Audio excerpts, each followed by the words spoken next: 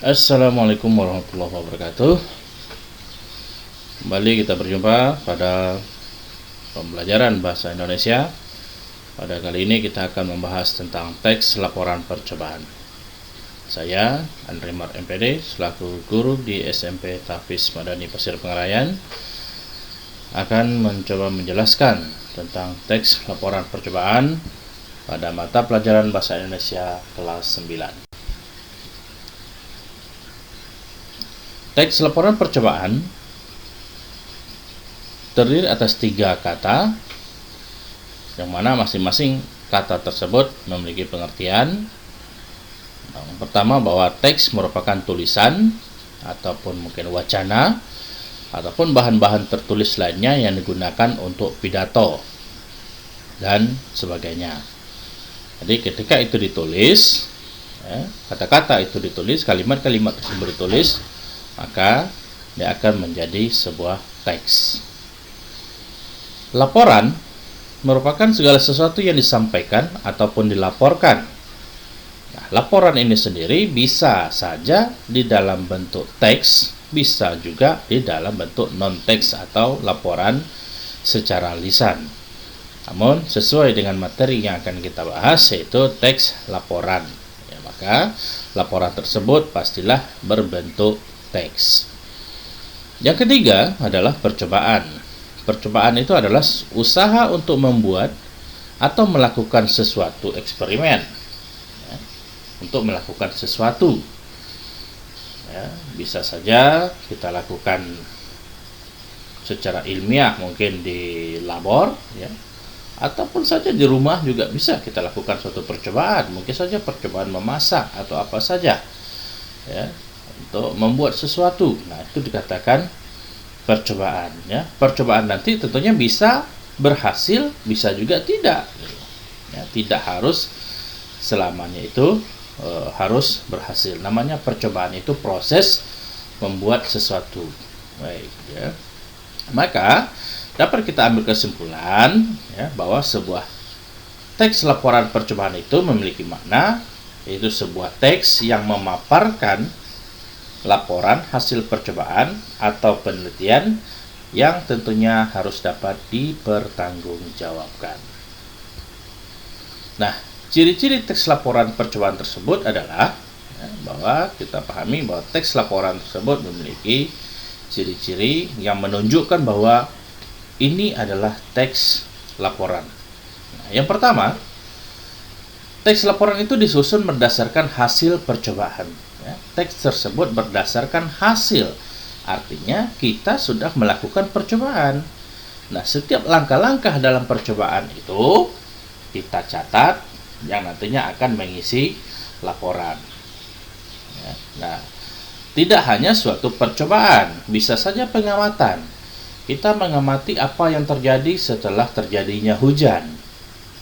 Kita amati, kita catat, langkah-langkahnya, detik demi detik yang terjadi kita amati, kita catat. Nah, itu juga merupakan suatu bentuk teks laporan percobaan, yang mana tadi intinya adalah berdasarkan hasil percobaan ataupun pengamatan. Nah, yang kedua, teks laporan itu harus disusun secara objektif, nyata, sesuai dengan realita ataupun fakta, dan tentunya tidak boleh dikarang sebarangan ataupun dikarang sesuai dengan kehendak penulis saja tanpa melibatkan suatu fakta, karena ini nanti tentunya akan menjadi teks yang bukan lagi teks laporan percobaan, menjadi teks yang imajinatif tentunya. Yang ketiga, teks tersebut disusun berdasarkan struktur, Mungkin pernah didengar bahwa semua teks itu memiliki struktur, baik itu teks cerpen, teks laporan, teks prosedur, teks eksposisi, dan segala macam teks itu semuanya memiliki struktur. Nah, struktur tersebut kita tulis di dalam teks laporan itu harus runtut, berurutan, sistematis, sesuai dengan urutannya. Betul. apa ya, seperti bagan ya ataupun struktur badan kita ya, di bawah itu kaki ya, rangka badan dan kepala. Nah, tentunya tidak bisa terbolak-balik kita susun. Nah, begitu. Yang keempat, menggunakan bahasa ilmiah, yaitu bahasa yang sifatnya keilmuan, yang baku. Yang baku itu berarti sesuai dengan Kamus Besar Bahasa Indonesia ataupun sesuai dengan ejaan yang disempurnakan ya, atau ejaan baku bahasa Indonesia. Bahasanya juga harus jelas ya, komunikatif ya, bisa dipahami oleh banyak orang. Kalau kita umpamanya menggunakan benda-benda yang memiliki nama daerah, nah sebaiknya kita gunakanlah kita gunakan kata yang sifatnya umum ya. Kita cari sinonimnya di dalam bahasa Indonesia. Kalau kita umpamanya menggunakan suatu benda itu kita gunakan bahasa Jawa ya, orang akan bingung apa ini bendanya. Nah, kita harus carikan padanan katanya di dalam mungkin kamus ataupun hal lainnya. Yang penting bahasanya tersebut, penamaan benda tersebut bisa dipahami oleh orang banyak. Jangan ada kata ambigu ya, yang membuat orang ragu ataupun memiliki makna ganda ya. Makna ganda itu ya maknanya bisa saja orang memiliki makna yang berbeda begitu ya. Kita mengatakan bank ya, bank ini apa maksudnya? Abang untuk kata abang, atau bank sebagai bentuk dari tempat penyimpanan simpan pinjam uang ya, atau mungkin bahasa Inggrisnya bank gitu ya, bukan brother gitu.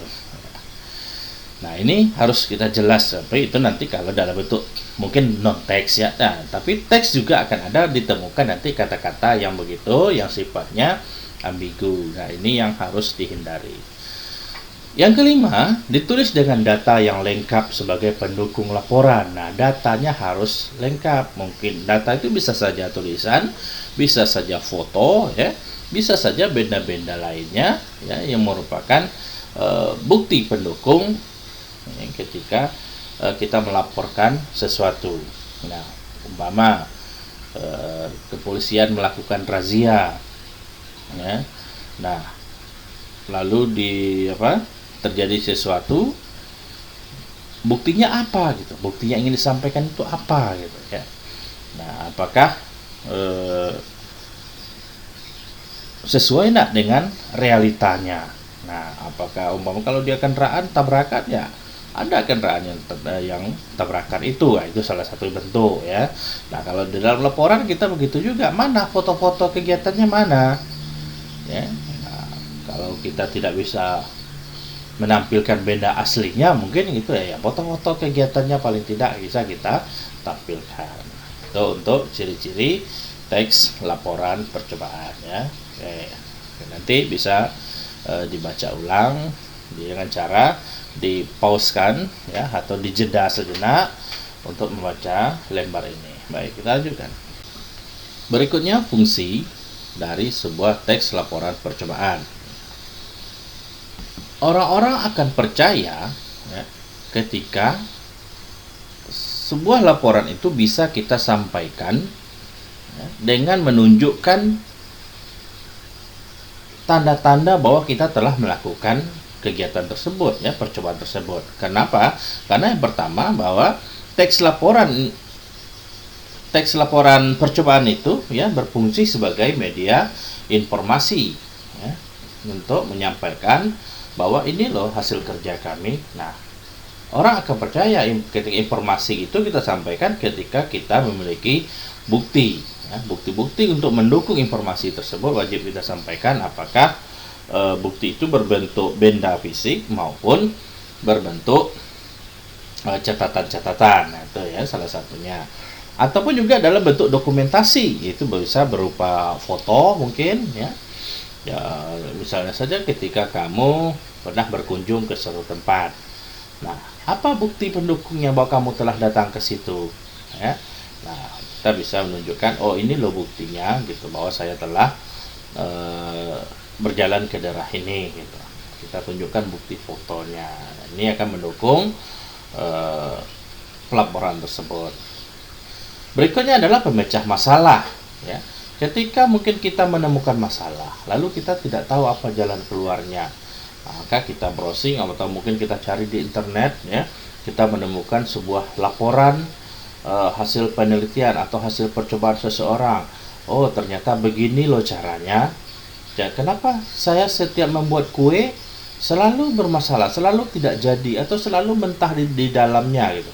Setelah kita baca sebuah artikel mungkin, ya, atau setelah kita tonton sebuah tayangan di YouTube, kita temukan, oh ternyata ini telurnya mungkin harusnya begini. Ya, itu salah satunya bahwa fungsi dari laporan tersebut sebagai pemecah masalah bagi orang lain, ya, atau mungkin laporan orang lain berfungsi sebagai pemecah masalah bagi kita. Nah, berikutnya yang kelima, laporan itu sebagai pertanggungjawaban. Nah, mungkin orang tuanya ada yang berjabatan atau memiliki kewenangan mengelola keuangan. Nah, ini salah satu, ya. Oh, keuangan itu tentunya ada pertanggungjawabannya, ada catatannya. Apakah mungkin keuangan masjid, loh berapa infaknya saat ini, untuk apa saja digunakan, tentunya ada dicatat, ya, dan dilaporkan. Nah, laporan ini, ya, harus dipertanggungjawabkan, ya. Jadi memiliki pertanggungjawaban. Nah,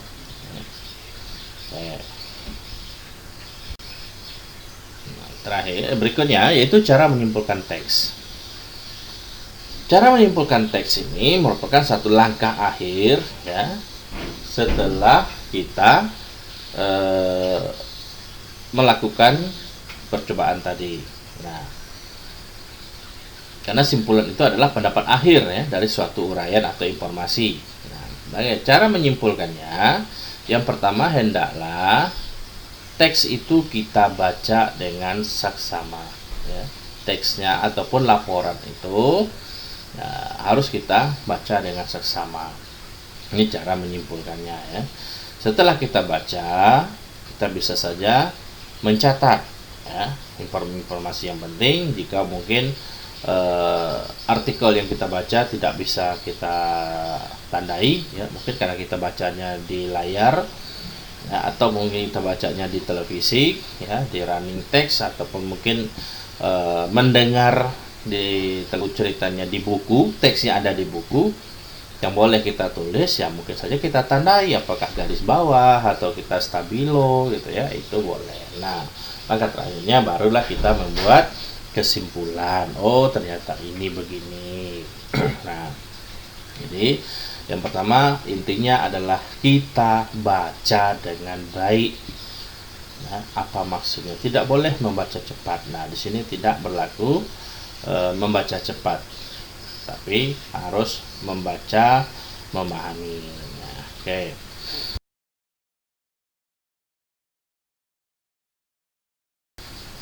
Nah, ini salah satu bentuk contoh teks laporan, yaitu percobaan membuat telur asin. Nah, di sini dilampirkan adanya tujuan, adanya alat dan bahan yang digunakan, adanya langkah-langkah pembuatan, ya, ada hasil dan kesimpulan yang merupakan simpulan dari percobaan membuat telur asin tadi. Nah, jelas di sini ditampilkan prosedur pembuatannya, langkah-langkah pembuatannya ada, ya. Nah, laporan itu sendiri kalau dia hanya teks prosedur, ya, mungkin hanya ditampilkan alat, bahan, dan langkah-langkah, ya, alat, bahan, dan langkah-langkah saja.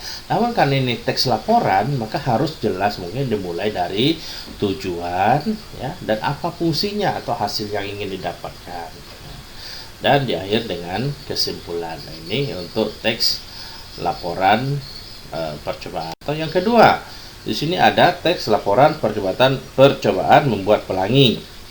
Ya, mungkin ini secara ilmu fisika, ya, atau ilmu IPA, ilmu alam, ya. Nah, membuat pelangi ini bisa dicoba di rumah. Ya, di sini juga ditampilkan adanya langkah pembuatan, ya, dan hasil akhirnya, serta ada kesimpulan dari percobaan yang telah kita buat. Nah, di sini nanti dari dua teks ini kamu bisa membaca ulang bagaimana strukturnya sebuah teks laporan itu, ya. dengan cara sekali lagi dengan menjeda atau menekan pause yang ada di layar video ini. Baik, demikian untuk materi teks laporan percobaan ya untuk kelas 9 kali ini. Semoga penjelasan yang ada di video ini bisa membantu untuk lebih memahami tentang laporan teks laporan percobaan. Ya, demikian saja. Semoga kita tetap dalam lindungan Yang Maha Kuasa dan selalu dijauhkan dari segala mara bahaya. Terima kasih atas segala perhatian. Mohon maaf atas segala kesalahan. Assalamualaikum warahmatullahi wabarakatuh.